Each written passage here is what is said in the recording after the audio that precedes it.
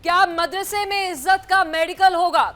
लेकिन ये मेडिकल किसी बीमारी का नहीं बल्कि वर्जिनिटी का था। स्वागत है आपका इंडिया डेली पर। मैं हूं आपके साथ पलक सहगल और आप देख रहे हैं सबका हिसाब होगा।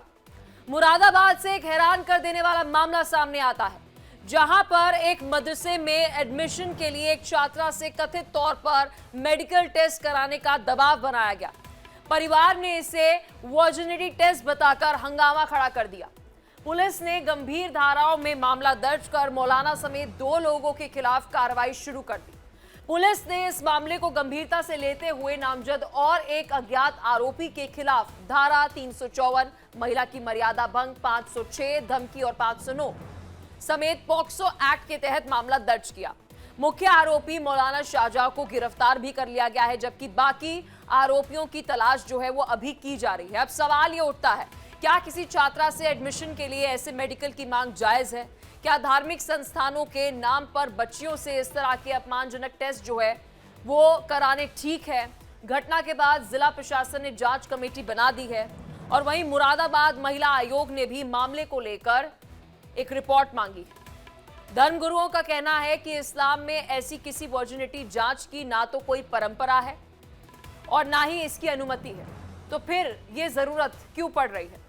ये बहुत सीरियस मामला है कि आप सोचिए कि किसी मदरसे में एक बच्ची से, महज 13 साल की बच्ची से उसके रीएडमिशन के लिए वर्जिनिटी सर्टिफिकेट मांगा जा रहा है और ऐसा आरोप जो है वो उसके पिता ने खुद लगाया, उसकी माता ने लगाया, क्योंकि उनका कहना है कि ना केवल इतना, उस मदरसा का संचालक जो करता था उसकी तरफ से, मौलाना की तरफ से आरोप लगाया गया कि जी अवैध संबंध उसके पिता और उस 13 साल की बच्ची के हैं, इसलिए उसको वर्जिनिटी सर्टिफिकेट चाहिए।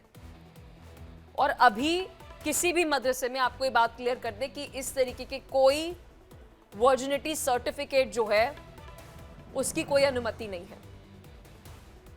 और साथ ही एक बड़ा सवाल ये कि बहुत सारे मेडिकल एक्सपर्ट्स इसे क्रुएलिटी भी मानते हैं कि कोई भी वर्जिनिटी सर्टिफिकेट होना ही नहीं चाहिए, और ये तो बच्ची के लिए वर्जिनिटी सर्टिफिकेट मांगा जा रहा है एक एजुकेशनल इंस्टीट्यूट में, एक मदरसे में, आप सोचिए। और जबकि इस्लाम इस बात की इजाजत नहीं देता। और ये अपमानजनक है, बहुत अपमानजनक है ये टेस्ट। घटना के बाद जिला प्रशासन जो है वो जांच कर रही है, लेकिन बड़ा सवाल यह है कि न जाने ऐसे कितने मदरसे होंगे, ऐसे कितने मदरसे होंगे जहां पर बच्चियों से, छोटी छोटी बच्चियों से इस तरीके से टेस्ट करवाने के लिए कहा जाता होगा। और उससे भी बड़ा सवाल, ये मदरसे में क्या पढ़ाया जा रहा है, क्या मांगा जा रहा है, बच्चियों से किस तरीके का व्यवहार किया जा रहा है। कितनी बार तो ऐसी घटनाएं सामने आती हैं, मदरसे से बच्चियां बंद मिलती हैं। अब ये वर्जिनिटी टेस्ट जैसी घटनाएं, कितनी सारी ऐसी घटनाएं जो हैं वो मदरसों से हो रही हैं। तो इसे रेगुलराइज कौन कर रहा है? ये रजिस्टर्ड है, अनरजिस्टर्ड है? कई सारे ऐसे सवाल जो हैं वो आपके जहन में आते होंगे कि ये बच्चियां, ये बच्चे जो मदरसे में जा रहे हैं वहां पर हो क्या रहा है, इन्हें किस तरीके से पढ़ाया जा रहा है, इनसे बच्चियों के साथ किस तरीके का व्यवहार किया जा रहा है, वो वहां पर कितनी सुरक्षित हैं, कि अगर वहां पर किसी मौलाना की मदरसे में जो उसका संचालन कर रहा है उसकी सोच कैसी रही होगी कि एक बच्ची से, एक 13 साल की बच्ची से वो वर्जिनिटी टेस्ट की मांग उठा रहा है। कई सारे ऐसे सवाल हैं। इन सवालों के जवाब जानने के लिए हमारे साथ मेहमान जुड़ चुके हैं। परिचय आपको करा देते हैं। मुफ्ती शमून कासमी अध्यक्ष हैं उत्तराखंड मदरसा शिक्षा बोर्ड के। संदीप मिश्रा हमारे साथ पॉलिटिकल एक्सपर्ट है। हमारे साथ हाजी नाजिम खान, प्रवक्ता मुस्लिम महासभा के, कुछ ही देर में कनेक्ट हो जाएंगे। राहुल लाल हमारे साथ पॉलिटिकल एक्सपर्ट जुड़ चुके हैं। बहुत शुक्रिया सर आपका भी जुड़ने के लिए। सबसे पहले शुरुआत हम मुफ्ती शमून कासमी जी से करेंगे, क्योंकि वो उत्तराखंड मदरसा शिक्षा बोर्ड के अध्यक्ष हैं।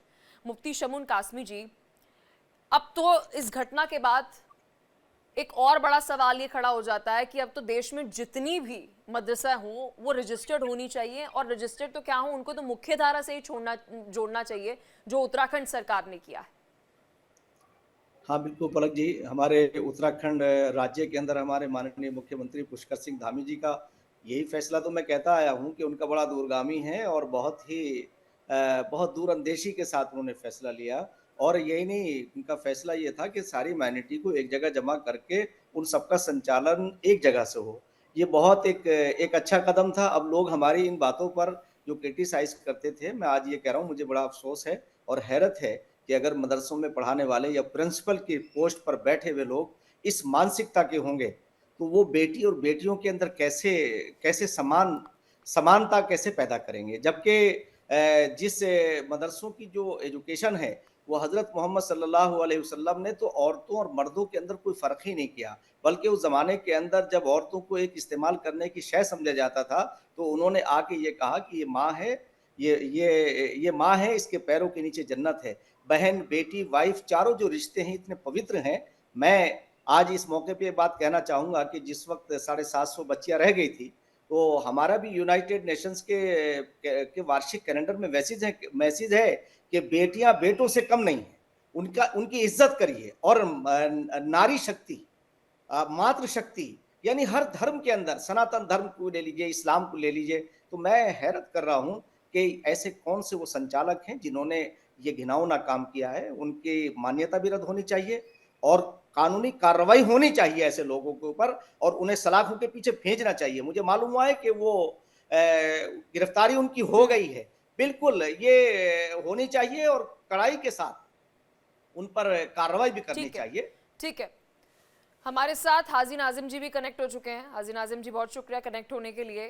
क्या कहना चाहेंगे? कभी वर्जिनिटी टेस्ट मांग लिया जाता है बच्चियों से, कभी बंद मदरसे में लड़कियां खुद मिल जाती हैं, एक नहीं दो नहीं कितनी संख्या में। ये हो क्या रहा है मदरसों में? ये तो हम इसे इस नाम से जानते थे, यहाँ पर इस्लाम की जानकारी दी जा रही है, इस्लाम पढ़ाया जा रहा है, तालीम दी जा रही है, ये तालीम दी जा रही है। हाँ पलक जी, मेरी आवाज आप तक आ रही है? बिल्कुल सर। हाँ पलक जी, देखिए जिस तरीके से मुरादाबाद का ये पखवाड़ा का एक मदरसे का जिक्र आया और यहाँ पर एक मौलाना ने जिस तरीके से वर्जिनिटी सर्टिफिकेट मांगा, तो देखिए ये बहुत ही गलत है। ऐसे वाक्यों को हम देखिए कठोर शब्दों में मजम्मत करते हैं। और देखिए जिस तरीके के यहाँ पे मामला बना था, कल से हम इस मामले को उठाया, हमने बात करी है और बात करने पे हमने पूछा कि क्या ये मदरसे की पॉलिसी थी, क्या इस तरीके का मामला, तो वहां मदरसे के अंदर कोई ऐसी पॉलिसी नहीं थी। तो देखिए पलक जी, बड़ी जिम्मेदारी के साथ कहता हूँ कि इस मामले की जांच होनी चाहिए और जांच होगी तो जांच होने पे पता चलेगा कि आखिर क्या वजह थी कि उस मौलाना ने इस तरीके का वर्जिनिटी सर्टिफिकेट मांगा। तो आप देखिए, जबकि वो 13 साल की बेटी थी। देखिए हम बेटियों के पक्ष में हैं, क्योंकि मेरे मजहब इस्लाम के अंदर बेटियों को शहजादियों का रूप दिया गया है, तो हम तो इस्लाम की शहजादियां मानते हैं। लेकिन अगर यहाँ पर बेटी चाहे हिंदू की हो या मुस्लिम की, अगर किसी के साथ भी इस तरीके का घटना घटती है तो हम लोग अपने उन बेटियों के साथ खड़े हुए होते हैं, उन बेटियों को इंसाफ दिलाने के लिए। और यहाँ पर जो मामला आया मदरसे का, ये बताया गया कि यहाँ पर एडमिशन का था, एडमिशन के बाद जो रकम थी वो भी दी गई। जिस तरीके से पिता ने आरोप लगाया कि 35,000 रुपए करीब उसने दिए थे, और फिर बेटी छुट्टियों पर गई थी, अब बाद में जब गई है दोबारा मदरसे के अंदर, क्योंकि वो लड़कियों का मदरसा था, वो उसमें कोई लड़का नहीं पढ़ता था। संदीप मिश्रा जी, दो मुस्लिमों का ओपिनियन मैंने ले लिया, दोनों ने इसकी आलोचना तो की, लेकिन बड़ा सवाल यह है कि सारी मदरसों को क्या बंद कर देना चाहिए, मुख्य धारा से जोड़ना चाहिए, क्योंकि अब ये ट्रस्टेबल नहीं रही हैं, महिलाओं के लिए तो बिल्कुल भी सिक्योर नहीं है। कभी यहाँ पर बंद कमरे में मदरसे में बच्चियां मिल जाएंगी, तो कभी बच्चियों को ये कह दिया जाएगा कि आपको दाखिला फिर इसलिए मिलेगा क्योंकि आपको अपना वर्जिनिटी प्रूफ देना पड़ेगा, सर्टिफिकेट देना पड़ेगा। देखिए, पहली बात तो मैं इस मानसिकता का घोर विरोध करता हूं जो मतलब उस मदरसे में रही है कि वर्जिनिटी टेस्ट मांगा जाए, क्योंकि अगर वर्जिनिटी टेस्ट में सपोज करिए निगेटिव है तो क्या उस बच्ची का पढ़ने का अधिकार खत्म हो जाता है? पहला सवाल। दूसरा, अगर वर्जिनिटी टेस्ट निगेटिव है तो क्या किसी को राइट मिल जाता है कि C will be the public property? दोनों ही स्थिति में जवाब है नहीं। तो ऐसी स्थिति में यह पूरी तरह से अफसोसनाक है और बच्चों के अधिकारों के साथ हनन है, क्योंकि बच्चों को राइट टू एजुकेशन है और राइट टू डिग्निटी है उन्हें भी। और ऐसी स्थिति में मेरा मानना है कि जो एफआईआर वगैरह दर्ज हुई उसके साथ साथ बाल आयोग जो राज्य का है, उत्तर प्रदेश बाल आयोग को भी इसमें संज्ञान लेना चाहिए, क्योंकि 13 साल के बच्चे का मामला है और ऐसी स्थिति में उनके जुडिक्शन में मामला आता है और उन्हें भी इस पर संज्ञान लेकर के कार्यवाही करनी चाहिए थी। जहां तक बात आ रही है कि इस तरह की डिमांड करने वाले लोग कौन हैं, उसके पीछे कारण क्या है, कारण ढूंढने की जरूरत नहीं। कोई भी कारण इस तरह के टेस्ट को जस्टिफाई नहीं कर सकता। हाजी नाजिम साहब ने जैसे कह दिया कि कारण क्या है, कारण जानने की भी आवश्यकता नहीं है, क्योंकि कारण जान करके भी चाहे जो भी गुड रीजन हो, इस तरह की चीजों को जो है, जो किसी की डिग्निटी को, सम्मान को ठेस पहुंचाते हो, निश्चित ही न इसका कानून इजाजत देता है, न संविधान इजाजत देता है, और इसके खिलाफ कार्यवाही होनी चाहिए। राहुल लाल जी, अदरवाइज कहा जाता है कि जो वर्जिनिटी टेस्ट कराया जाता है इसे बैन करना चाहिए भारत में। सबसे पहली बात तो मेडिकल अगर फ्रंट पे बात करें, अदरवाइज ह्यूमन राइट्स की अगर हम बात करें, तो इसे कहा जाता है कि आप किसी के साथ अगर उसका वर्जिनिटी सर्टिफिकेट मांग रहे हैं तो आप उसको ह्यूमिलिएट कर रहे हैं। ये तो हम अदरवाइज कह रहे हैं कि मेडिकल फ्रेटर्निटी में, ह्यूमन राइट्स फ्रेटर्निटी में या एनजीओज जो है वो ये बात कहती हैं। ये तो 13 साल की बच्ची, महज 13 साल की बच्ची, जिसे अभी पता भी नहीं होगा ये सब कुछ है क्या, उससे आप कह रहे हैं कि आपको दाखिला मदरसे में तब मिलेगा जब आप अपना वर्जिनिटी सर्टिफिकेट देंगे। देखिए पलक जी, मैं इसे क्रूर आपराधिक कृत्य मानता हूं इस पूरे घटनाक्रम को, क्योंकि 13 वर्षीय बच्ची के साथ वर्जिनिटी सर्टिफिकेट मांगना, यह सीधे सीधे एक तरह से अगर देखें तो ये पॉस्को एक्ट का मामला बनता है, क्योंकि ये कोई काफी एक सामान्य मामला नहीं है, एक असामान्य किस्म का मामला है। एक छात्रा से, एक नन्ही सी बच्ची से इस प्रकार की मांग कैसे कोई जो है कि शिक्षा प्रबंधन संस्थान, कोई भी संस्थान कर सकता है?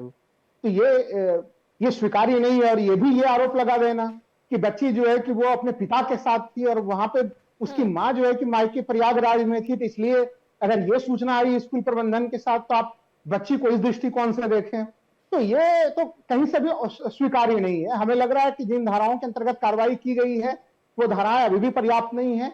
इन मामले में पॉस्को एक्ट के अंतर्गत भी सीधे सीधे कार्रवाई होनी चाहिए। और हमें लग रहा है कि उत्तर प्रदेश पुलिस प्रशासन के पास जब ये मामला आया है, वो उस दृष्टि से और कठोरतम ढंग से इसमें कार्रवाई करेंगे। उनकी गिरफ्तारी हुई है, यह एक स्वागत योग्य कदम है। क्योंकि देखिए, जो इस पूरे प्रकरण से जो मदरसों के ऊपर जो सवाल खड़े हो रहे हैं वो एक दुर्भाग्यपूर्ण स्थिति। क्योंकि देखिए, मदरसा शिक्षा प्रणाली अपने आप में काफी एक, हम कह सकते हैं कि भारतीय पारंपरिक शिक्षा प्रणाली जैसे गुरु शिष्य शिक्षा प्रणाली, जब आप राहुल लाल जी ऐसी बातें करते हैं ना, तो मुझे आचार्य जी, उस दिन अरुण जी जुड़े थे ना, तो आपको कुछ कह रहे थे, वो मुझे फिर वो याद आ जाता है। चलिए छोड़िए, उसमें नहीं जाते आप, वो उसमें नहीं जाते सर, उसमें नहीं जाते। विस्तार से इस पूरी चर्चा को हम कंटिन्यू रखेंगे, आप सभी हमारे साथ बने रहिए। लेकिन इस पर संत समाज का, मौलानाओं का क्या रिएक्शन आ रहा है, एक बार हमारे दर्शकों को वो सुना देते हैं और उसके बाद हमारी डिस्कशन जारी रहेगी।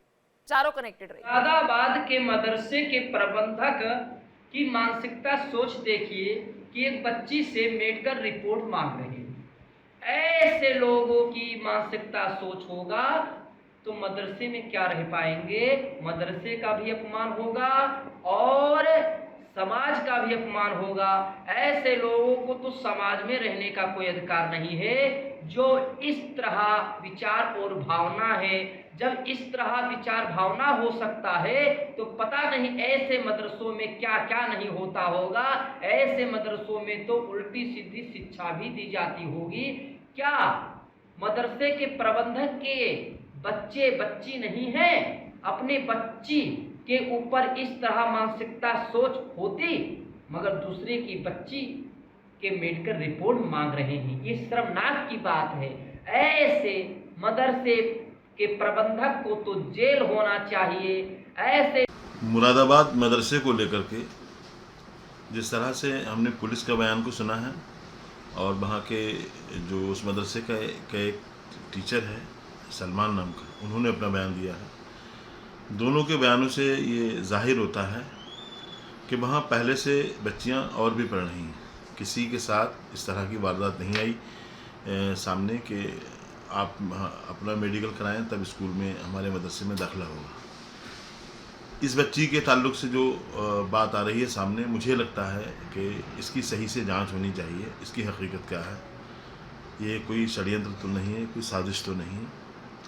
मैं समझता हूँ कि उत्तर प्रदेश में श्री योगी आदित्यनाथ जी की सरकार है और श्री योगी आदित्यनाथ जी शुरू से ही मदरसों पर ताबड़तोड़ हमला बना है और मदरसों की मुखालफत में खुद मुख्यमंत्री कई बार बोल चुके हैं।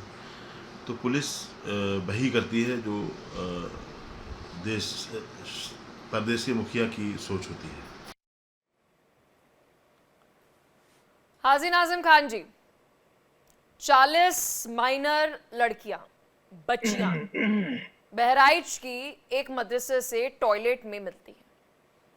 ये अभी मामला ठंडा पड़ा ही नहीं, अभी इस पर इन्वेस्टिगेशन हो ही रही है कि एक और मदरसे में एक बच्ची से सर्टिफिकेट मांग लिया जाता है। इस वाले केस में तो उसके पेरेंट्स ने ही कंप्लेंट कर दी।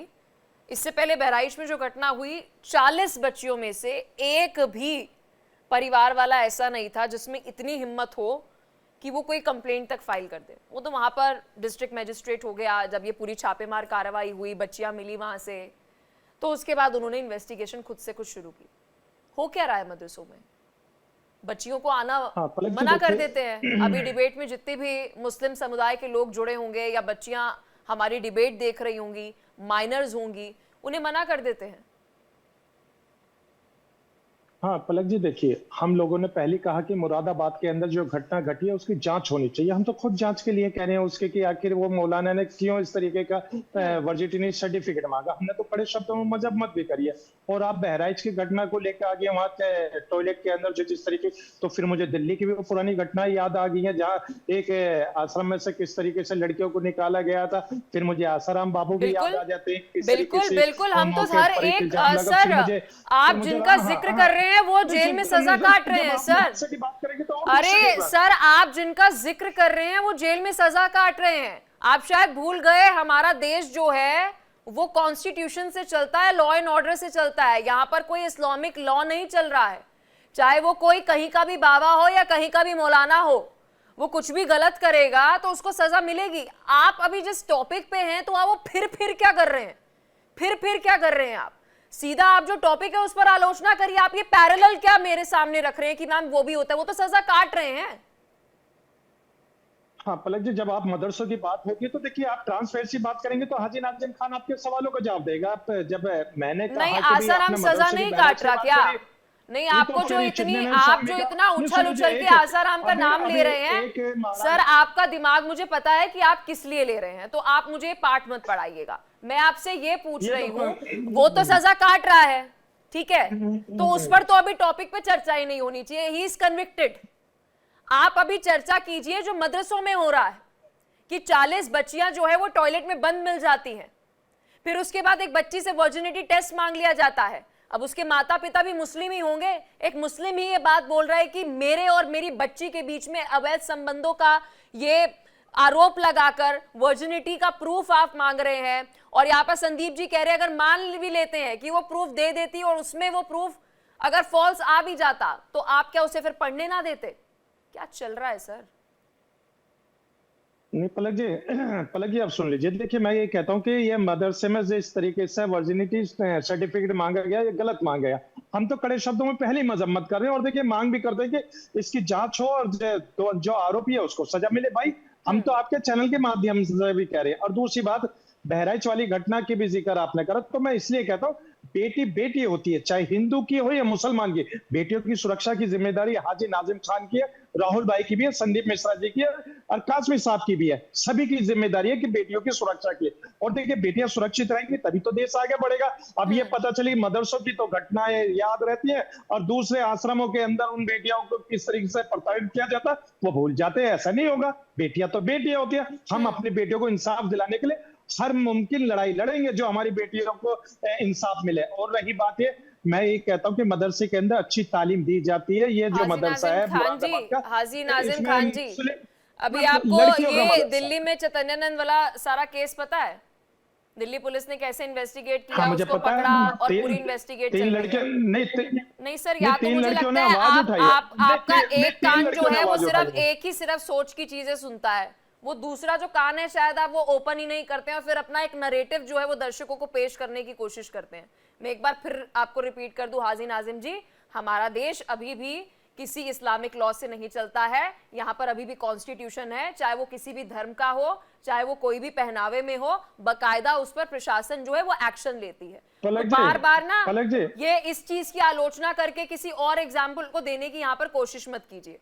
मुफ्ती शमून पलक कासमी जी, मुफ्ती शमून नहीं नहीं पलक कासमी जी जी पूरी बात नहीं, पलक जी ठीक पूरी है, आ बात रही हूँ सुनिए, आपके पास, पूरी हाजिर बात नाजिम नहीं, जी आ रही पूरी हूँ। आप बात मुझे नहीं, एक और केस नहीं, सर, जब आप आप मुझे संविधान सर के एक नहीं, और आप केस संविधान बता की देंगे, बात करती है, लेकिन पॉइंट नहीं इज दैट कि संविधान उस की केस बात पर भी करती है, तो मैं एक्शन हो कहता रहा हूँ होगा। हम अम्बेडकर हिंद सर की बात करते हैं, आसाराम हम से लेकर अम्बेडकर अभी हिंद जो की बात करते हैं, चैतन्यनंद संविधान कांड की हुआ बात है, करते हैं। हर जगह पर एक्शन पुलिस ले रही है, बराबर ले रही है, या आपको ऐसा लगता है कि एक तरफा कार्रवाई हो रही है? कार्रवाई हर एक चीज पर हो रही है जो हमारे समाज में गलत हो रही है। नहीं कि तो आपको ऐसा यहाँ लगता पे है सर शरिया कि कानून की आप बात कौन प्रताड़ित करता हैं, है? आपका धर्म प्रताड़ित है, आपके धर्म के लोग नहीं प्रताड़ित पलक है, जी, ऐसा यहाँ कुछ शरिया नहीं है कानून सर। की बात कौन करता है? हम तो सिर्फ संविधान के कानून की नहीं बात तो करते हैं, आप सिर्फ मुझे बार संविधान बार की बात याद करते क्यों हैं। दिला रहे हैं हम सर? अम्बेडकर हिंद की आप बात मुझे करते हैं, बार बार हम याद क्यों दिला अम्बेडकर रहे हैं हिंद की सर? बात करते हैं। आप मुझे नहीं बार बार मैंने कभी आसाराम कहा याद दिला रहे हैं, फिर आप मुझे एक और नहीं, केस याद मैंने दिला रहे हैं, जबकि वो सब कन्विक्टेड है। कोई मतलब पलक ही जी नहीं हमने बनता उन कभी सब कहा चीजों कि का। भारत को मनुस्मृति की मुफ्ती तरफ शमून लेके कासमी जाना जी, जाए, कोशिश करी जा मुफ्ती रही है, शमून हमने कासमी कभी जी, नहीं कहा। ये ऐसी घटनाएं होती जाएंगी, लड़कियां प्रताड़ित होती जाएंगी, बच्चियां प्रताड़ित होती जाएंगी। सवाल ये है कि अगर उत्तराखंड सरकार ने ये पहल कर दी, उत्तर प्रदेश सरकार कह रही है कि भाई हमने जितनी भी अनरजिस्टर्ड मदरसे थी उन्हें उसे रजिस्टर्ड किया और मुख्यधारा से हमने भी जोड़ने की कोशिश की, पूरा सर्वे करवा के। अब उसके बाद सवाल ये है कि पता कौन लगा रहा है कि जो मदरसे का मैनेजमेंट है वो कर क्या रहा है, क्योंकि वहां पर अभी भी बैठा तो मौलाना ही है ना, और उसकी सोच क्या है, उसकी आइडियोलॉजी क्या है, और वो वहां पर क्या कर रहा है, इसे रेगुलेट कौन कर रहा है? हाँ पलक जी, ये बहुत दुर्भाग्य की बात है कि सही जो इल्म है, जो ज्ञान है, वो लोगों को ना पहुंचा करके इन लोगों ने अपनी रोजी रोटी का जरिया बना लिया है और सच्ची जो एजुकेशन है उससे दूर कर दिया है। मैंने पहले भी कहा था कि उत्तराखंड राज्य के अंदर हमने मदरसों को मेन स्ट्रीम से जोड़ने का जो प्रयत्न किया है, और आज के माननीय मुख्यमंत्री पुष्कर सिंह धामी जी ने 6 माइनॉरिटीज को एक जगह ला करके एक ही छत के नीचे से उनका संचालन होगा, उनके सबके बच्चों का अच्छा लालन और पालन होगा, अच्छी एजुकेशन दी जाएगी। तो उत्तर प्रदेश हो या देश के अन्य राज्य हों, उन सबको, मुसलमानों को के बच्चे जो गरीब घरों के बच्चे पढ़ते हैं, उन्हें अच्छी एजुकेशन देना सरकार का भी कर्तव्य है और सरकार को चाहिए कि इसके ऊपर नजर रखे। और मैं इसलिए ये बात कहना चाह रहा हूं कि हजरत मोहम्मद सल्लल्लाहु अलैहि वसल्लम का दीन नहीं है जो लोग ये पहुंचा रहे हैं। अगर ये हजरत मोहम्मद साहब सल्लल्लाहु अलैहि वसल्लम को फॉलो करते, तो जैसे आपने पिछले दिनों देखा, आई लव मोहम्मद, कौन है जो हजरत मोहम्मद साहब से नफरत करता है, कौन है जो उनसे मोहब्बत नहीं करता है? यानी ये इश्यूज उठा करके ये मुसलमानों को इस तरह से हाशिए पे लाने का प्रयास कर रहे हैं, ना अच्छी एजुकेशन देना और भाई भतीजावाद पैदा कर देना। मैं आज आपको ये बता रहा हूं कि अगर आप सर्वे करेंगे इन सारे लोगों का, तो इनके पीछे ये नजर आएगा कि सिर्फ और सिर्फ जमींदारों ने अपने जमाने के अंदर मुसलमानों को मजबूर किया, एजुकेशन नहीं दी, और इन लोगों ने वोट बैंक बनाया। और आप देखिए जिन जिन लोगों के लिए वकालत करते हैं ये लोग, उन लोगों ने क्या किया, इन्हें आज वोट बैंक की धारणा से देखा जा रहा है, अच्छी एजुकेशन नहीं दी जा रही है ताकि इन्हें भला और बुरा ना मालूम हो सके। जैसे आज हराम और हलाल की बहस आती है, वो बहस क्या है? लेकिन मुफ्ती हराम और शमून हलाल कासमी क्या जी, है? आप मुझे ये बताइए ना कि मदरसे क्या एक बच्ची के लिए, बच्ची छोड़िए, बच्चे के लिए भी मैं पूछूंगी, क्या वो सेफ है? आंसर इज नो, सेफ तो नहीं है। आप उसको चाहे रजिस्टर्ड कर देंगे, लेकिन रजिस्टर्ड करने के बावजूद भी वहां पर संचालन किस तरीके से हो रहा है, बच्ची की सेफ्टी क्या है?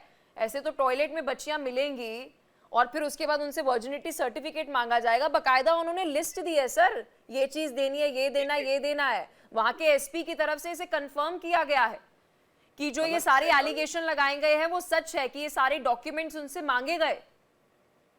पलक जी, आप ये बताइए, मैं एक आपसे ये बात कर रहा हूं कि आपको एक दर्द है, आप एक महिला हैं, तो आप ये सवाल कर रही हैं। मैं आपको इसलिए ये बात कहना चाह रहा हूं, उन सारी बच्चों का ये मौलिक अधिकार है, और उन मदरसों का, जैसे ऐसे ये लड़कियों के मदरसे खासतौर से जो चल रहे हैं, इनकी इंक्वायरी बहुत आला सतह पर होनी चाहिए। ठीक है, और इनके अंदर की चीज संदीप मिश्रा जी देखिए, ये बहुत सीरियस मामला है। ऐसा नहीं है, मैं ये नहीं कह रही कि दूसरे एजुकेशनल इंस्टीट्यूट में कोई बच्चों के साथ कोई हरासमेंट के केस नहीं आते होंगे, वहां पर उन्हें बैड टच, गुड टच का पूरा समझाया जाता है, बताया जाता है, अलग से क्लासेस होते हैं उनकी, कि ये सब बच्ची और बच्चों दोनों को बताया जाता है। लेकिन मदरसों से ये सिर्फ महज 2 घटनाएं नहीं है। बहुत बार सर हम खबर पढ़ते हैं, बताते हैं, कभी किसी मौलाना ने वहां पर किसी बच्ची के साथ अप्रिय घटना कर दी, ऐसी भी घटनाएं सामने आती हैं। सवाल ये है सर, क्या महज इन्हें रजिस्टर करने से कुछ होगा? वहां पर बैठा तो अभी वो मौलाना ही है ना, वहां पर बैठा तो अभी भी वही शख्स है ना, चाहे वो रजिस्टर्ड हो मदरसे या अनरजिस्टर्ड हो। संदीप जी, वहां हो क्या रहा है हमें क्या पता? पलक जी देखिए, सबसे बड़ी बात है कि सोच की बात है, जो दिमागी सोच है उसका एक छोटा सा उदाहरण मैं दे रहा हूं। अभी कुछ महीने पहले उत्तर प्रदेश की एक पार्टी के नेता अपनी पत्नी के साथ एक धर्मस्थल में गए थे, और जब उसके अंदर गए तो कुछ लोगों ने बयान दिया कि वो तो नंगे चले गए वहां पे, जबकि वो पूरी ड्रेस्ड में थे, अच्छे से थे। और आप समझ रहे होंगे मेरा इशारा किसकी तरफ है।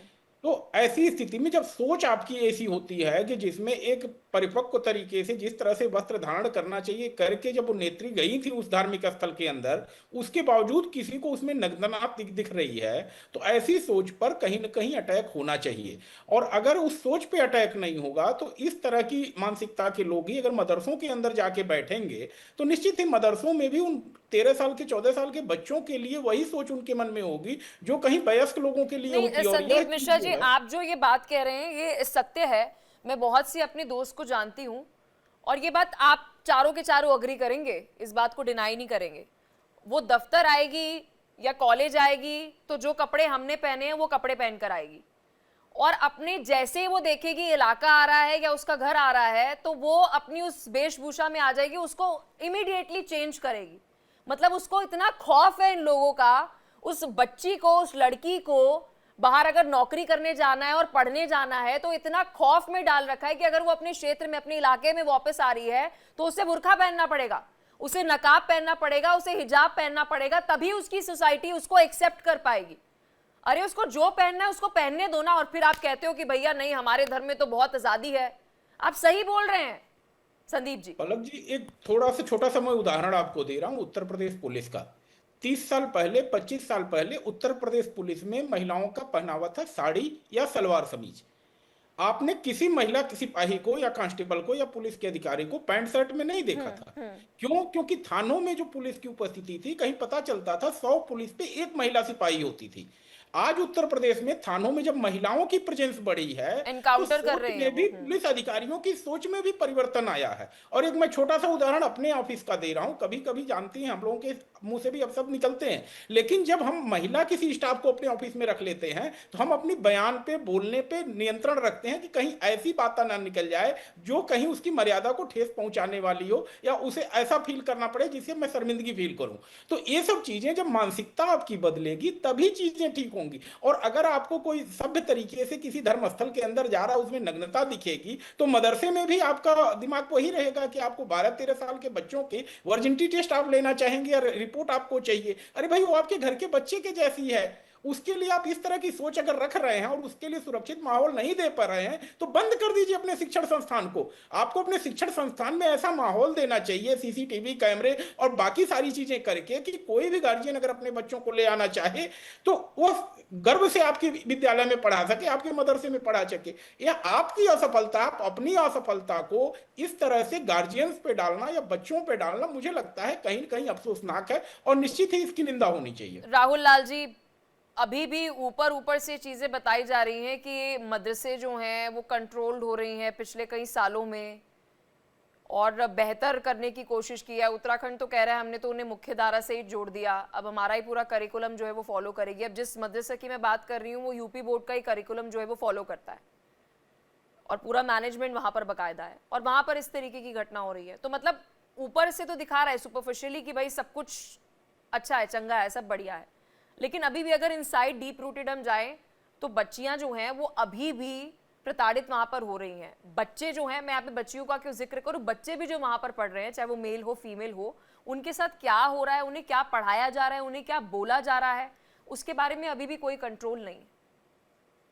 देखिए पलक जी, मैं आपके इस बात से सहमत हूं। इस पूरे प्रकरण को लेकर अगर देखें कि जब भी चाहे बच्चों से संबंधित शिकायत हो या बच्चियों से संबंधित शिकायत हो, उसके प्रति बिल्कुल जीरो टॉलरेंस वाली एक नीति रखनी होगी कि किसी भी रूप में हम लोग उसके प्रति अन्याय को सहन नहीं करेंगे, और जो लोग भी अगर इस प्रकार के घटना में शामिल हैं उनको कठोरतम से कठोरतम सजा दी जाएगी। क्योंकि देखिए, बच्चियों को भी पढ़ने का उतना ही हक है। इस प्रकार से किसी भी हालत में उनके साथ एक भेदभावपूर्ण स्थिति नहीं बननी चाहिए। गार्जियन को यह सोचने के लिए बाध्य नहीं होना चाहिए कि हम अपनी बच्ची को तालीम देने के लिए नहीं भेजेंगे, उनको डंके के चोट पे तालीम देने के लिए भेजना चाहिए। और अगर ऐसी कोई शिकायत होती तो प्रशासन को कठोरतम ढंग से कार्रवाई करनी चाहिए, समाज को भी जो है कि सामने में आना चाहिए कि वो ऐसे लोगों का पूर्णतः बहिष्कार करे। तो ये जो लड़ाई है पलक जी, वो चौतरफा लड़ाई है। मैं शुरुआती खंड में यही चीज कहना चाह रहा था कि जो हमारे जो मदरसा शिक्षा है, मदरसा शिक्षा का एक गौरवशाली इतिहास रहा है। आप सोचिए, देखिए मुंशी प्रेमचंद हमारे हिंदी साहित्य में कितने बड़े नाम है, वो मदरसा शिक्षा से निकले हुए व्यक्ति हैं। देश के प्रथम राष्ट्रपति डॉक्टर राजेंद्र प्रसाद मदरसा शिक्षा से निकले हुए व्यक्ति हैं। तो ऐसा नहीं कि मदरसा शिक्षा प्रणाली में गड़बड़ी है, लेकिन जो उसमें इस प्रकार के सड़े गले लोग शामिल हैं उनको वहां से हटाना पड़ेगा, उनके ऊपर कठोर कार्रवाई करनी पड़ेगी। क्योंकि देखिए, मैं मानता हूं, कभी भी मेरा मानना है कि मदरसा शिक्षा प्रणाली एक ऐसी शिक्षा प्रणाली है जो इस्लामिक मूल्य और शिक्षा परंपरा को साथ ही साथ हमारे आधुनिक मूल्य और शिक्षा परंपरा के साथ जोड़ती है। तो उसकी अपनी एक उपादेयता है, और उसने दिखाया राजा राम मोहन राय से लिखे लोग भी जो है वही से उत्पन्न हुए हैं पलक जी। तो मैंने इसलिए कहा कि, लेकिन अगर उसमें इस प्रकार के मौलाना बैठे हुए राहुल हैं लाल जी, और आप वो जो इतनी रोजी पिक्चर पेश कर रहे हैं, आजकल तो बहुत सारे एजुकेटेड मुस्लिम जो हैं वो अपने बच्चों को मदरसों में नहीं भेजते हैं। उनको वो तो मुंह पर बोलते हैं, हमें नहीं पता भाई हमारा बच्चा क्या पढ़ ले वहां पर और क्या बन जाए, नहीं भेजते। ये बात आप मानते होंगे सर, मदरसा में आजकल एक एजुकेटेड मुस्लिम अपने बच्चे को नहीं भेजना चाहता। और बच्चियों को तो बिल्कुल, मैं ऐसे मुस्लिमों को जानती हूँ, नाम तो ऑफ कोर्स हम नहीं ले सकते हैं, जो अपनी बच्चियों को तो कतई वहां पर नहीं भेजना चाहता। उनको लगता है कि यहाँ पर बच्ची को भेज दिया तो मुझे नहीं पता मेरी बच्ची के साथ वहां पर क्या होगा। पलक जी देखिए, मैं तो तब तो तमाम ऐसे लोगों को मैं देख रहा हूँ, जिस सोसाइटी में रहता हूँ वहां हमारे सोसाइटी के बगल में बड़ी लंबी चौड़ी सरकारी स्कूल है, लेकिन उस स्कूल में सोसाइटी कोई बच्चा सोसाइटी का उस स्कूल में नहीं जा रहा है। वो तो एक अलग सी स्थिति है। तो हम लोगों को सोचना पड़ेगा ना कि हम अपने शिक्षा प्रणाली में कैसे परिवर्तन करें। वो परिवर्तन करना पड़ेगा, उसके प्रति वहां पे अगर ऐसे लोग बैठे हुए हैं तो उनके प्रति जीरो टॉलरेंस। इससे क्या कंपैरिजन सर? आप कह रहे हैं आपके सोसाइटी में कोई है तो जिसको जोन सा स्कूल अच्छा लगेगा वहां पे अपने बच्चे को पढ़ाएगा। मैं यहाँ पर मदरसे एजुकेशन की बात सर कर रही हूँ, मैं फॉर्मल एजुकेशन की बात नहीं कर रही। कि आज एक मुस्लिम, एजुकेटेड मुस्लिम जो है वो हमारे देश में अपने बच्चे को मदरसे में नहीं भेजना चाहता, क्योंकि उसको वो कॉन्फिडेंस नहीं है मदरसे में कि मेरे बच्चे को वहां पर क्या पढ़ाया जाएगा। और बच्चियों को तो वो बिल्कुल नहीं भेजना चाहते, क्योंकि उन्हें लगता है कि हमारी बच्ची वहां पर सुरक्षित नहीं होगी। तो मदरसों में ऐसा हो क्या रहा है? और अगर ऐसा कुछ हो रहा है तो फिर बंद किया जाए इन सबको। जो उत्तराखंड ने किया वही करना चाहिए भैया, कि आप सिर्फ गवर्नमेंट उसके अंडर ही आएंगे अगर आपको इस्लामिक शिक्षा देनी है, अदरवाइज नो। पलक जी देखिए, पलक जी बीमारी का समाधान होना चाहिए, ना कि व्यक्ति को ही जो है कि उसकी खात्मा कर देना चाहिए। तो इसलिए भारतीय संविधान का अनुच्छेद 29-30 अल्पसंख्यकों को उनका शिक्षा का प्रावधान, उनसे शिक्षा के प्रबंधन का अधिकार देता है। लेकिन वहां पे अगर ऐसे मौलाना बैठे हुए, मैं बार बार कह रहा हूँ, उन्हें चिन्हित कर कठोरतम से कठोरतम सजा देने की जरूरत है। करना चाहिए ना सर कि वो जो 5 मेंबर होंगे उसमें एक नॉन मुस्लिम होगा, तो देखा तो जाइए कर क्या रहे हैं, फिर यही सोल्यूशन है ना सर? नहीं, सॉल्यूशन ये नहीं है कि उसमें से गैर मुस्लिम को घुसा, वही सॉल्यूशन नहीं। पता तो चल, अरे सर पता तो चलना चाहिए ना क्या हो रहा है। और मैं तो सिर्फ इस पर क्यों बात करूं, मैं तो कहती हूँ हर इस तरीके के एजुकेशनल इंस्टीट्यूट के अंदर होना चाहिए, एक गवर्नमेंट बॉडी होनी चाहिए इसमें।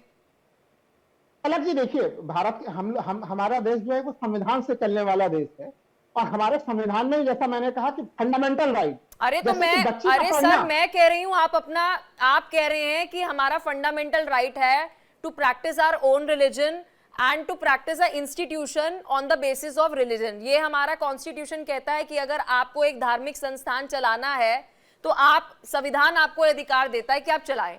अब वही वहां पर बच्चियों के साथ ऐसा होगा, आपको किस तरीके की तालीम दी जा रही है, आपको किस तरीके की बातें पढ़ाई जा रही हैं, तो उसमें गवर्नमेंट बॉडी का इन्वॉल्व होना चाहिए। आप अपना right to practice your religion करिए, लेकिन वहां पर भी बाउंड्री है। सरकार को पूरा, अलग जी सरकार को ऐसे मामलों में हस्तक्षेप करने का पूर्ण अधिकार है।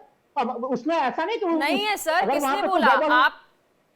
आप मुझे कह रहे हैं कि आपको अपने तरीके से, माफ कीजिएगा, आपको अपने तरीके से अपना रिलीजन जो है वो प्रैक्टिस करने का अधिकार है, और अपने जो एजुकेशनल इंस्टीट्यूट है धर्म के अनुसार उसको प्रैक्टिस करने का अनुसार है। अब वहां पर वो मौलाना डिसाइड करेगा ना कि उसको कैसे चलाना है अपना वो धार्मिक संस्थान। नहीं, वो करेगा, लेकिन अगर वो करते हुए अगर वो बच्चियों के यौन शोषण पे आ जाए, बच्चियों के ऊपर, ये सीधे सीधे यौन शोषण का मामला है, ये पॉस्को एक्ट का मामला है।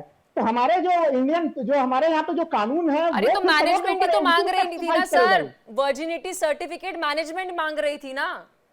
तो उस मैनेजमेंट के ऊपर वही मैं कह रहा हूँ कि वो मैनेजमेंट सीधे सीधे कानून के घेरे में है, वो मैनेजमेंट सीधे सीधे अरे तो पॉस्को पता एक्ट के कैसे दायरे में है, चलेगा, पलक जी। पता कैसे चलेगा? वो 40 माइनर बच्चियां जो टॉयलेट में मिली थी उसके एक भी पेरेंट ने सर फाइल नहीं किया कंप्लेंट। 40 के 40 माइनर बच्ची बहराइच के टॉयलेट में जो मदरसे में मिली थी, एक के भी पेरेंट ने एफआईआर पलक नहीं जी, किया सर, इस डर से पलक जी, इनका- कि उनको समाज पलक में जी- रहना है, वो मौलाना उनका जीना दुश्वार कर देगा। आप ये सोचिए ना सर कि अगर गवर्नमेंट बॉडी इन्वॉल्व नहीं होगी तो ये सब मुस्लिम परिवार तो कि हम समाज में रह रहे हैं, डर कर रहना पड़ेगा इन्हें बच्चियों को। नहीं, ऐसे मामले में तो गवर्नमेंट जो हमारी सरकारी संस्थाएं वो इन्वॉल्व होंगी ना। अब आप ये बताइए, कहाँ हो रही अगर है हम लोग सर? बहराइच का इस नहीं, पूरी बहराइच का ही मैनेजमेंट मामला में है। कोई एक पलक नॉन जी, मुस्लिम पलक नहीं जी, था, एक गवर्नमेंट ऑफिशियल नहीं था, एक गवर्नमेंट बॉडी नहीं थी। पलक कहाँ जी। हो रहा है सर? नहीं पलक जी, देखिए अब तो देखिए, सरकार अगर ये निर्णय लेना चाहे कि हर जगह सीसीटीवी कैमरे लगना है, बिल्कुल सीसीटीवी कैमरे लग सकते हैं। बहराइच के प्रकरण में देखिए कि किसी ने शिकायत नहीं किया, लेकिन उसके बावजूद भी मजिस्ट्रियल पूरे के घटनाक्रम की जांच हो रही है। सरकार को पूरा अधिकार है वो जांच करने का। किसी के भी जीवन के साथ जो जीवन का अधिकार है, अनुच्छेद 31, वो भी फंडामेंटल राइट है, जीवन का अधिकार। राज्य, ये संस्थाएं, ये तमाम चीजें हैं क्यों? हमारे और आपके लाइफ को प्रोटेक्ट करने के लिए ही है, उन बच्चियों के तो लाइफ वो को बच्चे प्रोटेक्ट की करने लाइफ के लिए कहाँ ही है। प्रोटेक्ट हो रही है सर? पता नहीं कितनी न जाने ऐसी मदरसे होंगी जहां पे इस तरीके के सर्टिफिकेट मांगे जा रहे होंगे उन बच्चियों से। संदीप मिश्रा जी देखिए, यहाँ पर क्लियरली राहुल लाल जी का कहना है कि मदरसा फंक्शनिंग बहुत बेहतरीन है। बहुत सारे दिग्गज नाम उन्होंने लिए कि ये तो यहाँ मदरसे से पढ़े हैं, तो मैम आप मदरसों को गलत कैसे कह सकती हैं? सर यहाँ पर सबसे बड़ा क्वेश्चन ये है कि इस मदरसे का सैंपल सेट हम उठा लें या बहराइच के मदरसे का सैंपल सेट हम उठा लें, यहाँ पर कोई गवर्नमेंट बॉडी नहीं थी। अगर एक पूरी मैनेजमेंट है और 5 मान लेते 5 की मैनेजमेंट है, 5 में से एक तो गवर्नमेंट बॉडी का कोई होना चाहिए। अगर आप मुख्य धारा से मदरसे को जोड़ रहे हैं, जो उत्तराखंड कह रही है कि हम कर रहे हैं, अब सब कुछ उत्तराखंड थोड़ा करेगा, दूसरे राज्यों को भी तो करना पड़ेगा, पूरे देश को भी तो करना पड़ेगा। जिस तरह का अपग्रेडेशन उत्तराखंड में हो रहा है उस तरह का सभी राज्यों को फॉलो करना पड़ेगा, खासकर बच्चियों की सिक्योरिटी को लेकर के। क्योंकि अगर बच्चियों की सिक्योरिटी को लेकर के हम स्टेप्स नहीं उठा पा रहे हैं तो ऐसे एजुकेशनल इंस्टीट्यूशन को तुरंत बंद कर देना चाहिए और उसे चलते रहने का कोई हक और अधिकार नहीं बनता है। और जिस तरह से इन्होंने मतलब वर्जिनिटी टेस्ट वाली जहां तक बात आ रही है, इस तरह की चीज अगर आ रही है तो अपनी नाकामी छिपा रहे हैं। आप अपने इंस्टीट्यूशन में, आप एक छोटा सा उदाहरण मैं दे रहा हूँ, माइनॉरिटी एजुकेशनल इंस्टीट्यूशन क्रिश्चियन के होते हैं, वहां पर अगर आप जाएंगे तो कोई भी ऐसा एरिया नहीं होता है जहां पर सीसीटीवी कैमरे ना लगे हों, जहां पर एक कंट्रोल रूम में बैठा हुआ ऑफिसर सारी चीजें देख रहा है। क्यों? क्योंकि उनकी चर्च ही उस चीज को बड़ी अच्छी तरीके से मैनेज करती है, जिससे चलते दूसरे धर्मों के मानने वालों को, ईसाई धर्म का स्कूल है, उसमें सिख, जैन, बौद्ध, मुस्लिम सभी अपने बच्चों को शान से भेज पाते हैं, क्योंकि उन्हें इस बात की एश्योरेंस होती है कि हमारे बच्चे सुरक्षित सुबह जा रहे हैं तो शाम तक सुरक्षित लौटेंगे। लेकिन आपने बच्चियों की कहा, मदरसों में तो लोग अपने बच्चों को भेजने से डरते हैं कि कहीं कुछ उसके साथ, बेटों को भेजने से डरते हैं कि कहीं उसके साथ ना गलत कर दे, कहीं बैड टच ना उसके साथ हो जाए, और मेरा बच्चा जो है डर के मारे अगले पता चले 2 महीने 3 महीने तक मुंह ही ना खोले। तो आप देखें कि आपका इंस्टीट्यूशन उस चीज को कैसे ले रहा है। चीजों में माइंडसेट पे अटैक करने की जरूरत है। अगर हम माइंडसेट पे अटैक नहीं करेंगे, अगर हम एक सेकंड के लिए इस लॉ पर जो हम डिस्कस कर रहे हैं, उत्तराखंड जो इस पहल में आ गया है, यूसीसी की पहल में उत्तराखंड आ गया है, मदरसा शिक्षा बोर्ड को मुख्य धारा से जोड़ने की पहल में आ गया है। फॉर अ सेकंड सर हम एज्यूम कर लेते हैं कि सेंट्रल लॉ इसको लेकर आ जाता है, एक बिल जो है वो पास कर दिया जाता है कि जितने भी धार्मिक संस्थान हैं वहां पर एक गवर्नमेंट बॉडी होगी पूरी मैनेजमेंट में। सर ये तो सड़क पर उतर आएंगे। वक्फ का आपको याद होगा, एक को छोड़ के बाकी किसी कोई सड़क पे नहीं उतरेगा। अरे सर मुझे खुद जिसकी याद है, population है वही वक्फ केवल जो है वो बचाएगा। मुस्लिमों की बेहतरी ईसाई के समुदाय लिए नहीं आने वाला कि भाई सच्चर कमेटी जो है उसमें इतनी सारी चीजें सामने आई कि तुम्हारा विकास नहीं हुआ, तुम्हारे लिए काम नहीं हुआ, और अगर वक्फ पर इतनी सारी जमीन आ रही है तो ये कहाँ जा रहा है? तुम्हारी भलाई के लिए, कि तुम्हारे पास और कोर्ट्स का ऑप्शन है, तुम्हारे पास और ऑप्शंस हैं।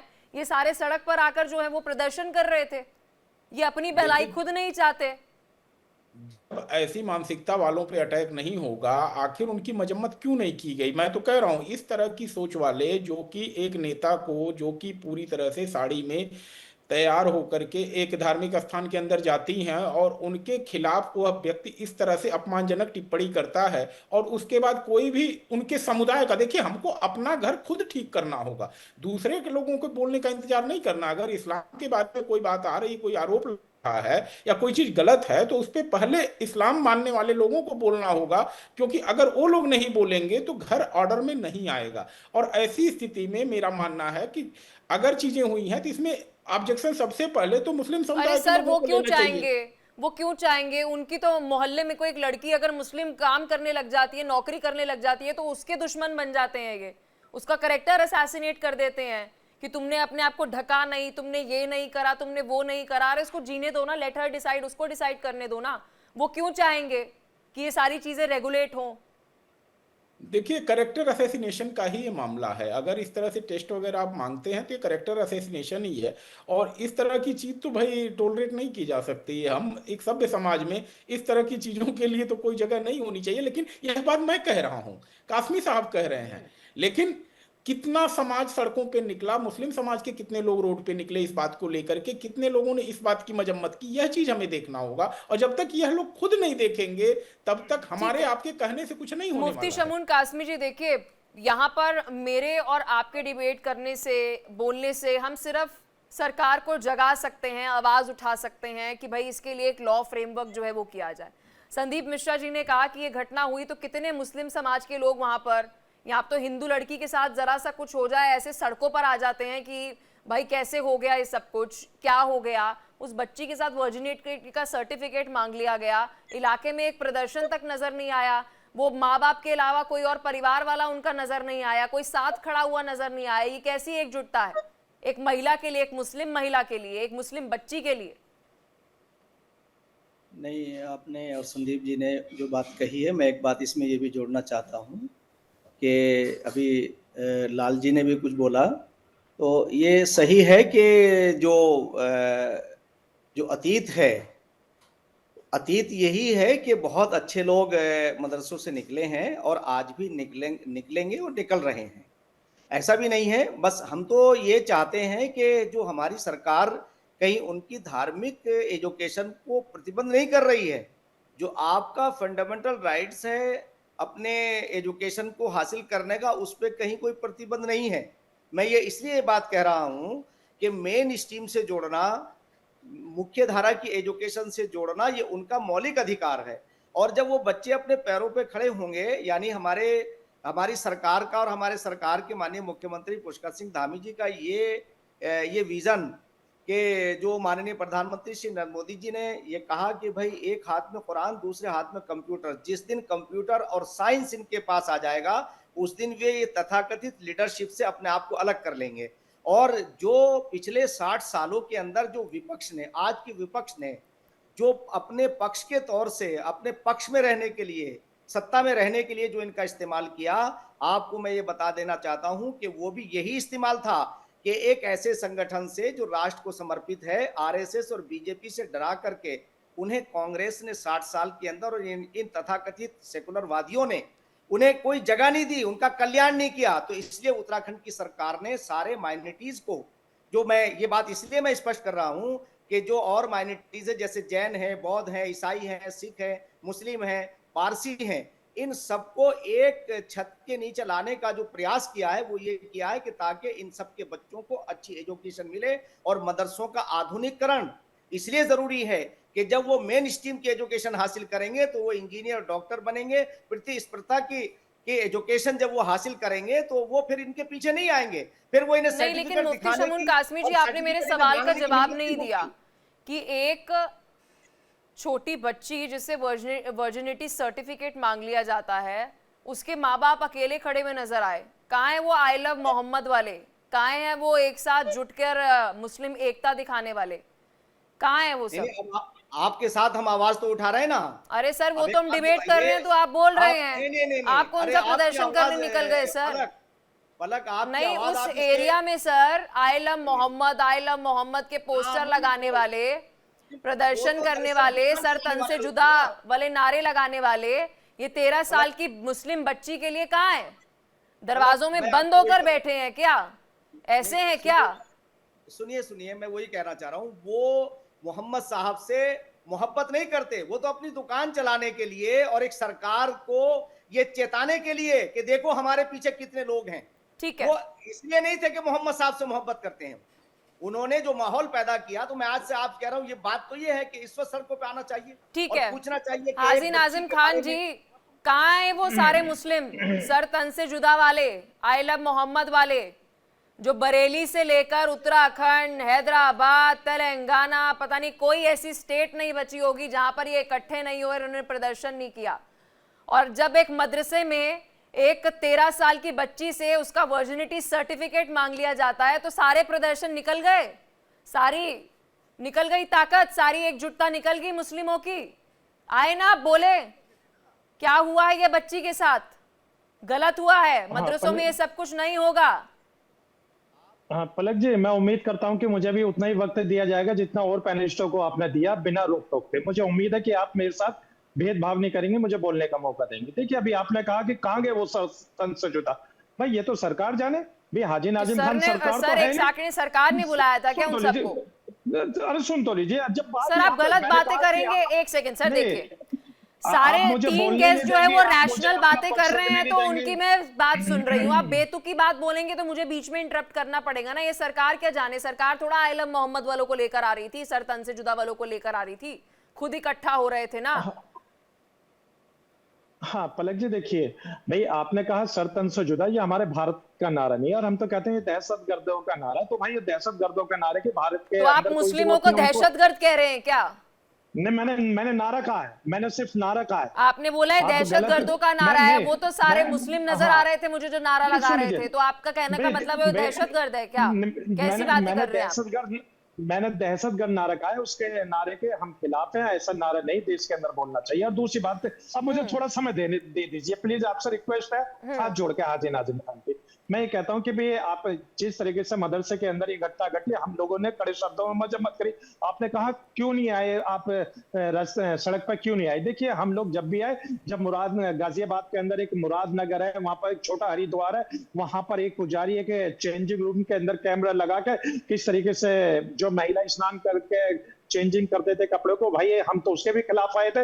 अब उससे ये बताइए, वहां चेंजिंग रूम तो तोड़ा गया, क्या पुजारी के खिलाफ अभी तक कोई एक्शन हुआ? क्या उसके घर पे बुलडोजर चला? अरे फिर आप वही शुरू हो गए हाजी नाजिम जी, आप फिर वही शुरू हो गए। इससे पहले जिस चीज के लिए मैंने आपको रोका था, आपको मैंने जिस चीज के लिए पहले रोका था, आप फिर वही आ गए, आप फिर वो पैरेलल ड्रॉ कर रहे हैं कि देखिए देखिए देखिए उस धर्म में भी तो हो रहा है मैम, वहां पर क्या हो रहा है। अरे जब मैं आपको बोल रही हूँ सर कि कार्रवाई सब पर बराबर हो रही है, अब आप ये मानते हैं कि आपके देश में संविधान नहीं है, कानून नहीं है, ये कह रहे हैं आप?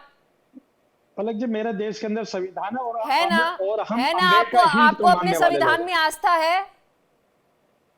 अब ये बताइए, हाजी अरे नाजिम आपको खान को अपने ये संविधान साथी में का आस्था प्रमाण है क्यों कि देने की नहीं है? जरूरत पड़ती सर आप मुझे एक बात बताइए, पलक जी, आपको अपने संविधान में पलक जी, आस्था है आप- या नहीं है?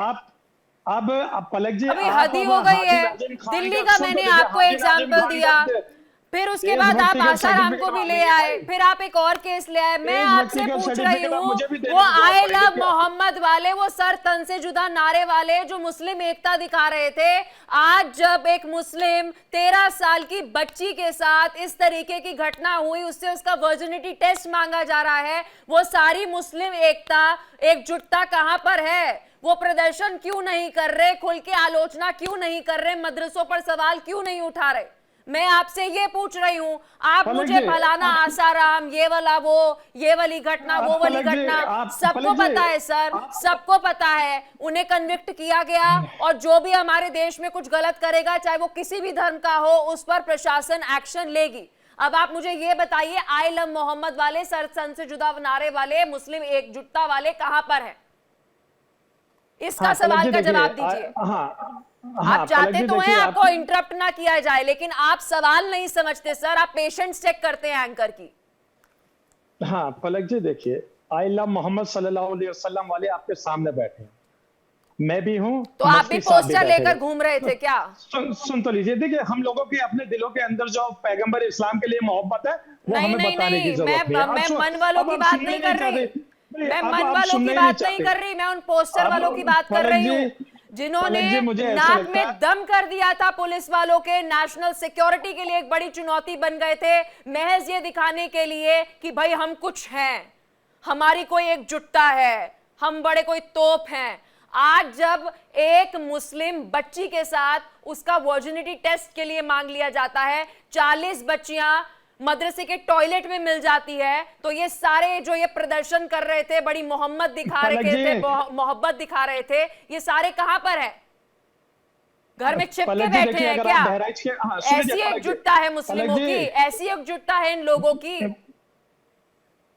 हाँ सुन लीजिए पलक जी, ये वही मदरसे के हैं जिन्होंने मुल्क को आजाद कराया, उलमाए दीन ने हंसते हंसते फांसी के अरे फंदे मुझे चुके। आप बताइए, और सुन लीजिए, इन नहीं, बच्चियों आप के लिए मुझे सड़क बोलने पर दीजिए। कौन अब आया? आप मुझे बोलने इन देंगे, बच्चियों के लिए आप मुझे सड़क पर बोलने कौन देंगे? आया?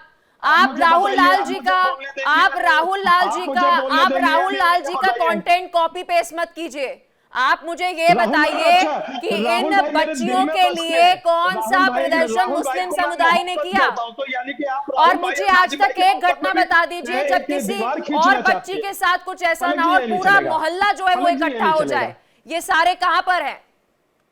हाँ पलक जी, अब आप अगर मुझे बोलने दें तो आपके सारे सवालों का जवाब आप मिले, क्योंकि सवाल देखिए, का आपके जवाब viewers- देंगे तो आपको आपके नहीं viewers- टोकूंगी सर, आंखों पर हाँ, रखूंगी आपके- आपको जब आप सवाल का जवाब देंगे। अगर आप इधर हाँ, उधर पलक जी- घूमेंगे तो आपको टोकूंगी। पलक जी देखिए, हाजी नाजिम खान जब देश हित की बात करता है तो उसका सर्टिफिकेट देश हित मांगने की की बात जरूरत कहाँ पड़ती कर है। रहे हैं आप तो बच्चियों अबे का ये देश स्टैंड हित तक की नहीं बात ले नहीं है। पा रहे हैं, आप बता अरे ये तक नहीं देश पा हित रहे की हैं बात नहीं है कि कि ये हाजी सारे नाजिम जो खान प्रदर्शन बार-बार कर इसी रहे बात को कह रहा है थे, कि ये सारे प्रदर्शन कर रहे थे, मौलाना साहब बड़ी ने मुस्लिम वर्जिनिटी एकता दिखा रहे सर्टिफिकेट थे, मांगे तो उसके हम खिलाफ कहीं की सख्त तोप है एक्शन ये होना दिखा रहे थे। चाहिए। हम तो एक जांच की बच्ची मांग के कर लिए रहे तो हैं। बाहर आ हम नहीं जांच की सके, मांग कर रहे हैं और उसका एक बच्ची के लिए तो बाहर आ नहीं सके, मुस्लिम बच्ची के लिए बाहर नहीं आ सके, जो आपके समुदाय की बच्ची थी जिससे वर्जिनिटी पलक टेस्ट जी- मांग लिया गया। 40 पलक बच्चियां जी- टॉयलेट में मिली, उसके लिए कोई मुस्लिम बाहर नहीं आया। क्या लेक्चर दे रहे हैं आप सर मुझे? हाँ पलक जी सुन लीजिए, मेरे समाज की बेटी हो या आपके समाज की बेटी, बेटी होती है, मैं तो बेटियों का सम्मान करता हूँ। मैं मुरादनगर में जो चेंजिंग रूम के अंदर महिलाओं के चेंजिंग करते हुए वीडियो बस बनाए गए, फिर उसके भी आपके खिलाफ पास हूं। और फिर अब उसके सुन बाद लीजिए। मैं नहीं, आपको अब रोक रही अब हूँ आप बीच मुझे में। बोलने नहीं देंगे। अरे आप अब बार बार मुझे एक ही बोलने बात नहीं बोलते देंगे। रहेंगे तो मैं आपको नहीं, क्यों तो बोलने आप- दूंगी? जब आप मुझे अरे छोड़िए आप सर, मुझे आप सुनने में ही दम नहीं नहीं चाहते। है सर, आप में दम नहीं अरे है कि दम आप तो बोल बहुत दे। हम आप पलक जी, में हम दम लोगों नहीं के है, अंदर आप दम बोल था, तभी दे मुल्क को आजाद कि करा मुस्लिम दिया। महिलाओं हम के लोगों लिए के अंदर आज जज्बात भी था, हमारे जुनून देश था, में तभी मुल्क को मुसलमानों के आजाद मन करा में दिया। रिग्रेसिव सोच है।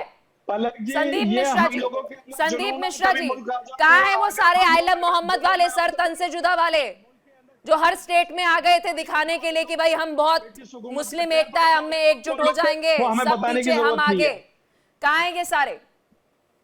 पलक जी, मैं अपने बारे में बताऊं, मैं जामिया मिलिया इस्लामिया का केंद्रीय विश्वविद्यालय है उसका छात्र रहा हूं और पोस्ट ग्रेजुएशन का छात्र था मैं वहां पर। और मुस्लिम बच्चियां भी मेरे साथ पढ़ती थीं। उनकी सबसे बड़ी समस्या यह होती थी, पहली बात तो कहीं से ग्रेजुएशन कर लें तो वो बहुत बड़ी चीज होती थी। पोस्ट ग्रेजुएशन में एडमिशन पाने का मतलब होता था कि उन्हें अपने लिए एक बहुत बड़ा चैलेंज लेना, और खास करके उनके गार्जियंस के लिए। तो अभी तक जो बात है, कहीं ना कहीं एक माइंडसेट पे कुठाराघात किए जाने की आवश्यकता है, जिसको हमारे हाजी नाजिम साहब मानने को तैयार नहीं है। ठीक है, और मैं कह रहा हूं, अगर मेरा ठीक है, मानना राहुल है लाल कि जी अगर फाइनल हाजी कमेंट, नाजिम साहब फाइनल कमेंट राहुल लाल जी। देखिए पलक जी, मैं पूरे प्रकरण को लेकर यही चीज कहूंगा, क्योंकि बार बार आप अभी एक सवाल पूछा जा रहा है कि आखिर जो उन लड़कियों के साथ अन्याय हुआ, मुस्लिम समाज कहाँ पे है। मेरा मानना यह है पलक जी कि प्रशासन ने इतना अच्छा काम किया, अगर मौलाना की गिरफ्तारी नहीं होती तो वैसे स्थिति में जरूर मुस्लिम समाज सड़क पे आता, लेकिन जब गिरफ्तारी हो चुकी है, प्रशासन कठोर ढंग से कार्रवाई कर रहा है, बहराइच में भी मजिस्ट्रेट जांच चल रही है, तो हमें लग रहा है कि उस स्थिति में जो है कि समाज जो है कि वो देख रहा है कि न्याय की प्रणाली अपने अच्छे ढंग से काम कर रही है, इसी कारण से शायद सड़कों पर ना निकली अरे हो। तो कानपुर में लेकिन भी जो तो बात- सही कार्रवाई हुई थी, उसको तोड़ मरोड़ के पेश कर दिया मौलानाओं ने, ओवैसी जी ने, तो वो बड़ा मुद्दा हो गया था। क्या हुआ था कानपुर में? पलक इतना जी- झूठ बोला था इनके पूरे सारे पलक जी- मौलानाओं ने, भीड़ इकट्ठी पलक कर ली जी- बरेली में, दंगे करवाने की कोशिश की गई, और आप कह रहे हैं पलक पुलिस ने जी- तो वहां पर भी सर सही एक्शन लिया था। जहां पर नहीं, मन पलक किया जी, मैं वहां तो ये पर कह बोल रहा हूं- लिए, और जहां पर नहीं, मन यहाँ नहीं पे- किया तो वहां पर घरों में पलक जी- बैठ के पलक जी- टीवी देख लिया। पलक जो जी, कि मुस्लिम मौलवी लड़की साहब की को बात उस है ना, पूरे मुस्लिम प्रकरण में बच्ची की गिरफ्तार बात होना चाहिए था, है, पुलिस इसलिए ने ये सारे गिरफ्तार किया मुस्लिम है। मर्द बाहर नहीं निकले, इनकी आवाज नहीं निकली, इनसे प्रदर्शन नहीं हो पाया। अभी देखती हूँ ना कोई और कम्युनल जी- बात होती पलक तो जी, ये मुझे सारे लग के रहा है सारे कि बाहर हम निकल लोग कर आ जाते। बहुत मुस्लिम शुक्रिया आप समाज- चारों का कहना बहुत आसान होता है सर कि एक्शन यहाँ पर सरकार ने लिया है इसलिए सारे मुस्लिम बाहर नहीं आए। तो आज एक बार फिर से हमने चर्चा की कि एक 13 साल की बच्ची से वर्जिनिटी सर्टिफिकेट मांग लिया जाता है कि अगर उसे एक मदरसे में दाखिला चाहिए। और आज से कुछ समय पहले उत्तर प्रदेश के बहराइच में एक टॉयलेट में 40 नाबालिग बच्चियां टॉयलेट में बंद पाई जाती हैं। किसी के पास जवाब नहीं है कि इन मदरसों में क्या हो रहा है और इसे रेगुलेट कैसे किया जा रहा है। आज विस्तार से इसी मुद्दे पर चर्चा की। यहां रुक रहे एक छोटे से ब्रेक के लिए, लेकिन इंडिया डेली अब आपके स्मार्ट टीवी पर भी मौजूद है। इंडिया डेली 24/7 अब इन सभी प्लेटफॉर्म्स पर आप लाइव देख रहे हैं।